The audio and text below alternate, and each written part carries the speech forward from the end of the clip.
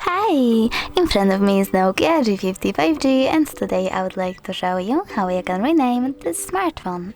Start by opening settings. Now scroll all the way down and choose about phone. Following that, click on device name and type wherever you wish to.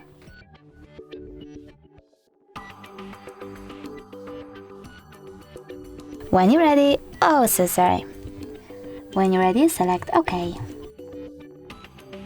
Now you need to click OK in the pop-up to save your changes, and as you can see, name of my device has changed. Thanks so much for watching. If you enjoyed this video, smash that like button, comment and definitely subscribe. Bye!